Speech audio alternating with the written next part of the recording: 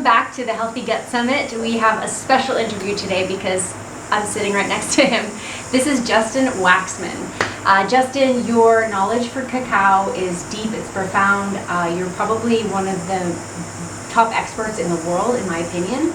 And if you don't know Justin already, he works here at Pital. It's a chocolate paradise on the island of Ometepe, Nicaragua, where we're at the moment. And every day you're giving cacao tours, shedding light on the power of cacao, its health benefits, demystifying this mysterious food that has been in our sort of hemisphere of our minds for many, many years. But for most people, cacao is usually associated with chocolate or even Halloween candy. So Justin's here today to share with us what cacao means for the gut microbiome, to demystify some of the myths surrounding cacao, to show us how healthy it is, and also to talk a little bit about medicinal mushrooms and their benefit on not only the gut microbiome, but our overall health. So thank you for being here with me today. I'm so excited to be here. Thank you so much for asking me to come on and talk to you guys about a topic that I'm just so passionate about, and I think that everybody can get excited about cacao. We love cacao, don't we? And we are one of the only species on this earth that eat this bitter seed inside this fruit, and not only are we the only ones who really eat it, we love it. And so it's something that is worthwhile to know about it, its importance and its role in our life, in our health, physically, emotionally, spiritually. All of it is connected, and cacao plays a very important role as something for our heart and for our brain, and especially for our gut. Yeah, and that's it. And that's why I've asked him to be here, because I want us to see cacao in a new way where we can actually start to consume it, but in a healthy way. But let's just go straight into cacao and the gut. Okay. And actually, no, let's not. Let's go first into how cacao is not a candy. Okay, absolutely. So cacao is known as the food of the gods. Its scientific name, Theobroma cacao, even dives into this. Its origins of a word date back here in Mesoamerica thousands of years from the word cacawa or cacao, and it was known to be associated with our heart and for our blood. And so they said literally in the Popol Vuh, some of the sacred texts of the Mayan people, that when the gods were creating humans, that they took cacao and they used it to make our hearts and a part of our brain. It was used ritually and for holidays. It carried even more importance here than gold, and it was also the oldest currency here. And so they definitely weren't treating this as a candy bar or something that was considered cheap in the marketplace. It was something that they treasured and they considered incredibly valuable, and that speaks so much to the importance of what it is. So the word theobroma comes to us from Greek, and that's what it word means, food of the gods. Theo meaning like theology, broma meaning beverage or food, and the main alkaloid inside cacao, which is arguably the most important alkaloid in cacao, is a molecule called theobromine. Again, this all goes back to this food of the gods. And so it's been shown in studies, theobromine is a stimulant. It's in the family of caffeine, but it acts on our body quite differently. It acts as a vasodilator versus caffeine, which is a vasoconstrictor. Mm-hmm. And so although it does share some of its stimulating properties, much longer than caffeine typically kicks in half an hour and peaks for 2 hours. Theobromine lasts for 3 to 6 hours. It's plateau, and actually the effects of it are strongest after 2 hours after you've consumed it. So because of its vasodilating effects of theobromine, literally opening up our blood vessels, veins, and arteries to allow more blood flow through our body, that it has been shown in studies that if you consume as little as 10 grams a day, that you're going to begin to lower or reduce the risk of all cardiovascular heart diseases by at least 40%, lowering the risk of heart attacks and stroke. It also has anticoagulant properties as well. So as it circulates blood flow throughout our body, it really does a great job of protecting our heart from its heart diseases. And this is why the indigenous people, when they talked about the spirit of cacao, one of the first things they mentioned was that this was a spirit that opens our heart. So how can it have been turned into a candy bar? And then you look at the history of cacao. For 9/10 of its history, chocolate was something that you drank. It was a beverage. The original recipes always were water-based, often adding corn to it or corn flour as a thickener, but also because of the complex carbohydrate nature of corn, it actually allows for most of the bioavailability of the properties of cacao that I'm sure I'm going to continue explaining about all of its magical powers and what it does. But the essence of it is that it's the furthest thing away from a candy bar that you can possibly go to. This is one of the most complex, dense, nutritious foods in the entire planet. And it is something that people should be consuming. A moderate dose, in my opinion, being about 20 to 30 grams a day. You get health benefits with lower, and you can often go higher, but you get these health benefits of anti-aging properties, anti-cancer properties, immunity-boosting properties, heart health, brain health, and gut health, all by consuming this on a regular, daily basis. But it speaks to the fact that you should be consuming the right kind of cacao. Wow. Because not all chocolate is made equal. Wow. Yeah. Wow. I'm hearing cacao is a medicine. It is a medicine. And I think that once we decolonize it once again, we see that where its origin was always out of medicine. Even when it arrived to Europe, when it first arrived in the 1500s, for about 100 years, it was heralded as a medicine from the New World. Wow. And it was really only in the last 170 years, with the likes of the Industrial Revolution and capitalism, familiar names like Nestle, Lindt, Cadbury's, etc., that started to transform this into the commodity, price-driven, exploitation system that we are dealing with the ramifications of today. And one thing I also love to add is here in Mesoamerica, cacao was always associated with the planet Venus, which makes sense. Cacao is a loving spirit, it's a feminine spirit, and across most cultures see the planet Venus as a more loving and feminine planet, right?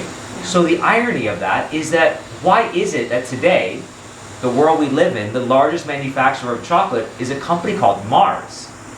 And it's just another one of these ways that you can look at patriarchy and capitalism conspiring together to denature, despirit cacao and turn one of the most sacred and nutritious foods in the planet into the things we see on our shelves like M&Ms and Snickers and Mars bars.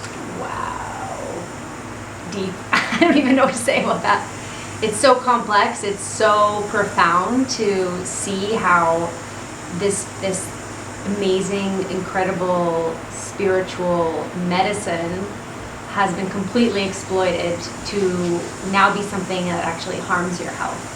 And so you mentioned earlier, like how we can consume cacao, but the right kind of cacao. And you know, if you're a student of mine or if you've heard some of the other interviews, I always talk about the backstory of our food. You know, what is the backstory? What is the whole history behind the moment that you put it in your mouth? Where did it come from? What were the practices that were employed in order to like get this thing from, you know, planted in the ground, harvested, transported on your plate? And cacao, it's a perfect example of how we really need to see and understand the backstory of our food to understand what we're sort of voting for, what we're giving our dollar to when we purchase food, cacao in this case. And then, wow, so yeah, do you want to tell us a little bit more about the history and how it kind of got twisted? Sure. I think its origins, as you said, are incredibly important, and this also applies to everything that we consume. When we know the history of seeds and the origins of seeds, we can really appreciate the value that seeds bring into our life. They are everything. There's a line out there somebody said, and I really resonate with this, that said, anything that nourishes us is our mother. The thing that nourishes us the most is Mother Earth. And we need to understand that the seeds that Mother Earth has brought us to cultivate, to eat, to nourish, to feed us, is a gift that is worthy of being worshipped. And for some reason, beyond our comprehension really, in the last 80 to 100 years, people decided collectively as a planet to give away food sovereignty, to give it to some of the most large corporations in the world to deliver food to supermarkets that are cheap, fast, and efficient. And what we've lost because of ultra-processed foods is the origin and the essence of what those foods represent. And because of that, the food that we're eating is less nutritious for us. It has less vitality for us. And so the answer comes down to we all should be eating real food. I mean, this is something so ancestral in our DNA, the ritual of sacred farming mixed with the ritual of sacred cooking and preparing a meal from real foods that's been nourished and loved, how that then in turn nourishes and feeds our body, which we then create a culture around the preparation and the eating of that food, and the cycles and the rituals continue. And when we do those things, how it makes us feel alive can hardly be put into words. Right. Because this is what we as humans should be doing. You know, humans who remember what it feels like to walk on this earth and pick fruits from trees and then prepare it into a beautiful meal is a sacred act. All of it is, from the origin of the seed all the way to the meal itself. And so specifically with cacao, we have lost a lot of its origin story, to the point where 97% of the global consumption of cacao is in an unconscious way. It's full of sugars and full of milks and highly processed fats, potassium carbonate, which is referred to as the alkalinization process, also referred to as the Dutch processed cocoa method, turns something that is nutritious into cocoa powder, and cocoa powder is going to reduce the nutritional benefits of the cacao by at least 50 to 80%. Yes, good point. So if you're watching this and you don't know the difference between cacao and cocoa, besides the slight twist in the letters themselves, right? Cocoa, cacao, some people get these confused. When we say cacao, we're referring to the pure form, pure essence, the bean itself that's been fermented, aged, crushed, and then eventually, either consumed in a chocolate form that we make at home or in a beverage, versus cocoa, which has been highly processed. And not processed just like as in, crushed and mixed, but things have been added to it. And so that's the big difference, is we're talking about the pure form of cacao, so C-A-C-A-O, versus cocoa, C-O-C-O-A. And some people wonder, why would you even add chemicals to cacao? Why would you process it even when it's so perfect on its own? Well, one of the main reasons that they do this today is because it chemically lowers the bitterness. And if you're growing cacao in one region of the world, and then you're making chocolate in another region of the world, and these two don't communicate with each other, well, the cacao that's arriving to factories in Europe is coming out tasting very bitter, or with some off flavors, defects, or mold. And so instead of these large manufacturers or commodity traders going back to the farmers and finding ways, how can we improve the standards and the quality? Like you see in the wine industry, they do this. With chocolate, they just haven't done this because consumers often don't know the difference. And so in the factory, they'll just add chemicals to it to lower the bitterness. But as a result of them doing this, it also it takes away significant portions of the nutritional qualities, its antioxidants, the polyphenols that are inside, that are so important for the essence of cacao. Because in its natural form, both raw and roasted, very healthy. You're going to have more antioxidants than red grapes, blueberries, green tea, and acai combined. Yeah. And so this is something that we need. We need antioxidants in our life because it will literally make us live longer and have better health results. It's anti-cancer, immunity boosting, and anti-aging. Wow. And so cacao has been shown in so many studies over the last couple decades even that as we get older, cacao helps support us feeling younger, and we're lowering the risks of death, whether it's death from diabetes, heart disease, issues with our blood, all of these common vectors of death are promoted by a healthy dose of cacao on a daily basis. Wow. And so this is something that can be incorporated into our natural lifestyle. And we know that we are what we eat. We know that food is our medicine and medicine is our food, but at some point we have to actually take that out of the verbiage and make it literal. Food is our medicine, and at what point is a food an actual drug or a medicine that one would buy in a pharmacy? And you're finding today more and more doctors are recommending dark chocolate to people as a medicine. So this is healthy for us, and you can also make it incredibly tasty as well. So you get the best of both worlds, because a lot of us think medicine's not tasty. Right. And in a lot of cases, that is true.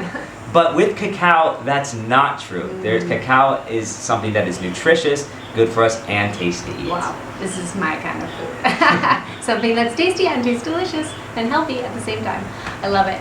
Yeah, and something that I've been thinking about as you're talking is just this idea that we're so disassociated with the connection of our food, that this is why we're having the Healthy Gut Summit, because generally, like, people's guts are not healthy.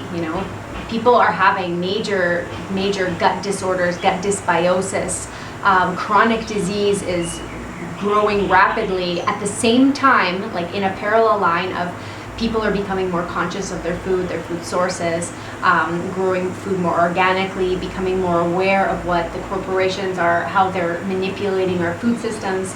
But at the same time, there's a lot of us that are still completely unaware, and we're having these like body issues. And so we're telling me that you can eat chocolate, as long as it's the correct form, every single day. So isn't that good news? And then how is it exactly related to our gut health? Right. So everything is related to our gut health. Everything we put into our body is going to have an impact there, and we have all these trillions of microbiomes in our stomach that are helping us to regulate absolutely every part of our body in a holistic sense. Cacao supports that. And so on top of some of the other health benefits I've mentioned, cacao specifically really helps the microbiome by reducing the growth of the bad microbiomes and supporting the growth of the good microbiomes. And this also helps to bust some of these myths that are out there about chocolate. The two biggest ones that are outright false is that chocolate will make you gain weight. That's related to sugar and milk. Yeah. The other is that chocolate gives you bad skin or acne or blemishes. That is the opposite with cacao. Cacao makes your skin beautiful, shiny, and glow. But on top of that, some of the more recent myths that have been going on about chocolate have to do with high heavy metals, cadmium and lead, fibromyalgia, Alzheimer's. These are also, cacao has been shown in studies to be the opposite of what people are starting to say. So cacao works well with our microbiome, but it also works well with our lymphatic system, which helps to detoxify the body from heavy metals, from toxins, by chelating or binding to some of the oxalates that are in there and then removing it from our body. And our body actually experiences this on a physical level, because when you consume cacao or dark chocolate, what do? You feel like you have to drink some water. And that's, you feel great, you feel good. Physiologically, we have this increased desire to drink water because of the astringency and the tannins, but also this increased desire to go to the bathroom. And the fact is that everything goes through our intestines or through our bladder. It's pulling out heavy metals, oxalates, toxins, metabolic waste, which are ultimately cleansing out our inner organs, as well as our microbiome, which is feeding off the good bacteria, the good stuff in cacao, and that's growing, whereas it's reducing the proliferation of some of those bad microorganisms. And so oftentimes when we consume very high doses of dark chocolate or high doses of cacao, we do experience this need to go to the bathroom, which is helping our body to restore its balance into our inner gut, removing oxalates, heavy metals, lead, and cadmium. Otherwise, that would be floating around our body or getting stuck in our body, which could then lead to greater inflammation throughout our body, and that greater inflammation will then lead to more chronic diseases. Yeah, and something that we are learning also in the summit is that the body's connected, right? We have this this science called the reductionist viewpoint in science right now, and it's really when we're looking at like one part of the body, or the skin, or one organ, but we're forgetting to acknowledge the fact that it's actually all connected. And so when one part is out of balance, all parts are out of balance. And when we're eating cacao, it's actually helping every part of the body. So not only does it help our microbiome by reducing the inflammation, it's giving us fiber. It has fiber, which we've already learned that is only present in plant products, and there's zero fiber in animal products. So we're giving ourselves prebiotics, because that's the fiber that our probiotics will consume when we consume cacao. We're learning the difference between these products. Like, I think it's so important to really understand what cacao is versus chocolate, and that we're giving you permission to consume cacao. And you said something about the skin and about gaining weight, and you're absolutely right. It has to do with the dairy and the sugar that's present, right? Especially refined sugar, and like the dairy isn't high quality dairy either. It's like, you know, bottom of the barrel milk powders that's coming conglomeration of, you know, who knows where. And so from that standpoint, like, you don't know the backstory. It's really hard to find the backstory. And so, and it's kind of a backstory in violence, and, you know, we don't want to be part of that. So yeah, I mean, cacao. What about medicinal mushrooms? Because I know you know a lot about medicinal mushrooms as well. Reishi, chaga, these types of mushrooms, and how would they help with the microbiome? Yeah, the mushrooms you just mentioned, reishi, chaga, I also add turkey tail to that list. These are all adaptogens. And so what that means is they'll adapt to our body's needs, and they'll go specifically where you need to. And one of the, and including the microbiome, right? It literally is giving your immunity system the tools that it needs to go wherever it needs to. And I think because of everything we ingest and put into our body, specifically adaptogenic mushrooms or cacao, it's going to end up all right there in the gut. And so where our gut is going to decide to do with it is the brain of the gut. And we know already that the gut is like a second brain.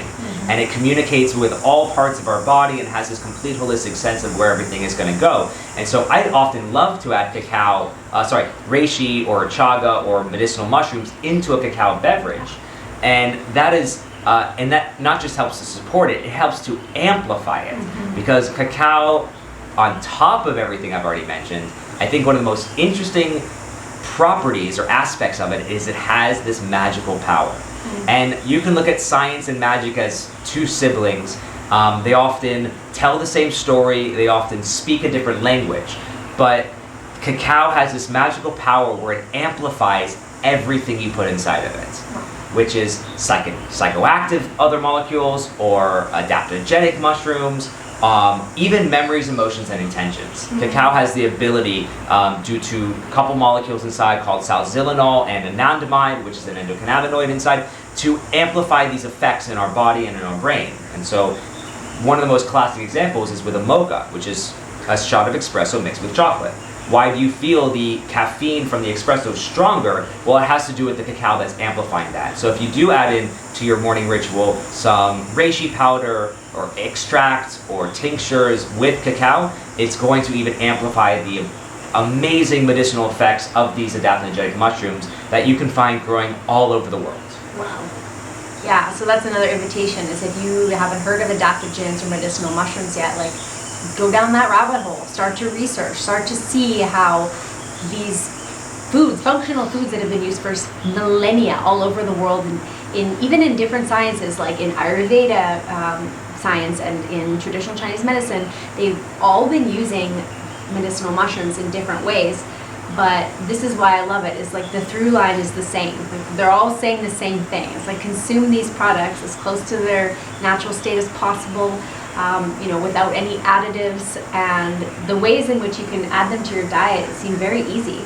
So, like, I know I do have an adaptogen drink in the morning, and it usually has ashwagandha, a mix of medicinal mushrooms, and for me that sets my day up. And I drink coffee sometimes, but not all the time, because the adaptogens sort of just give me that, like, balance. Like, it's just a balance, and makes me feel really good. Yeah. Yeah. And I cut coffee out of my life years ago, actually. I found that it wasn't supporting what I needed throughout the day. And when I do need to reach for something that gives me energy and makes me feel mentally clear, it's been shown that cacao can clear your memory processes by 2,000 times within 2 hours of consuming it. And so with the magnesium and the theobromine and how it lifts the brain fog, gives us focus, mental clarity, gives us energy, makes us feel good, it boosts our hormones levels, which creates serotonin, dopamine, endorphins, binds to certain opiate receptors in our brain, it lowers cortisol in our brain, making us feel more calm and relaxed. And so I definitely made that switch from coffee to cacao, and I do recommend that people do that, because although one can make an argument that coffee is healthy, I think there's also plenty of arguments to be said that continuously consuming coffee on a daily basis doesn't necessarily give everybody the benefits that they need or the nutrition that they need, whereas cacao is that alternative out there that does have a lot of these health benefits. Yeah, and so how would you recommend, like, if someone was switching from coffee to cacao, because typically if I have a cacao, I do probably add a little bit of maple syrup or something, but how would you recommend that they can consume cacao without adding a lot of sugar to their diet, or obviously dairy, or things that are not going to be beneficial to the health? The rule is very simple. It's the darker, the better. 100% cacao with no sweetener is going to be better than 90% with cacao with 10% sweetener, but 90% will be better than 60%. And so if you prefer cacao that's sweet, which most of us do, that's okay. But always be careful that there is more cacao than whatever sweetener you're added, and not all sweeteners are equal. Right. And so using refined white sugar, I would just cancel immediately. There's enough of that added to every other food you have to fight. Why put that in chocolate? And white sugar, if we haven't said it already, is like a gut health enemy.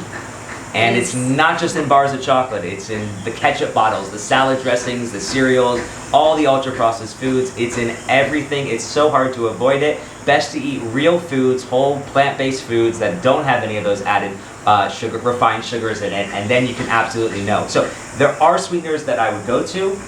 Maple syrup, for example, if I was where you're from, Canada, I would definitely use. I would also perhaps use other sweeteners that are local to source. Stevia leaf is wonderful as well, but personally, I go for 100% cacao. Yeah. I know that when I'm feeling that sugar craving, I'm going to reach for a piece of fruit with all of its fiber and everything that's going to give me that sweetener that I want. And I know that when I like cacao, I'm happy to enjoy, as my tolerance grows, the light bitterness of it. Mm-hmm. And when it comes to cacao, we do grow tolerance to bitterness, but not all bitterness is bad.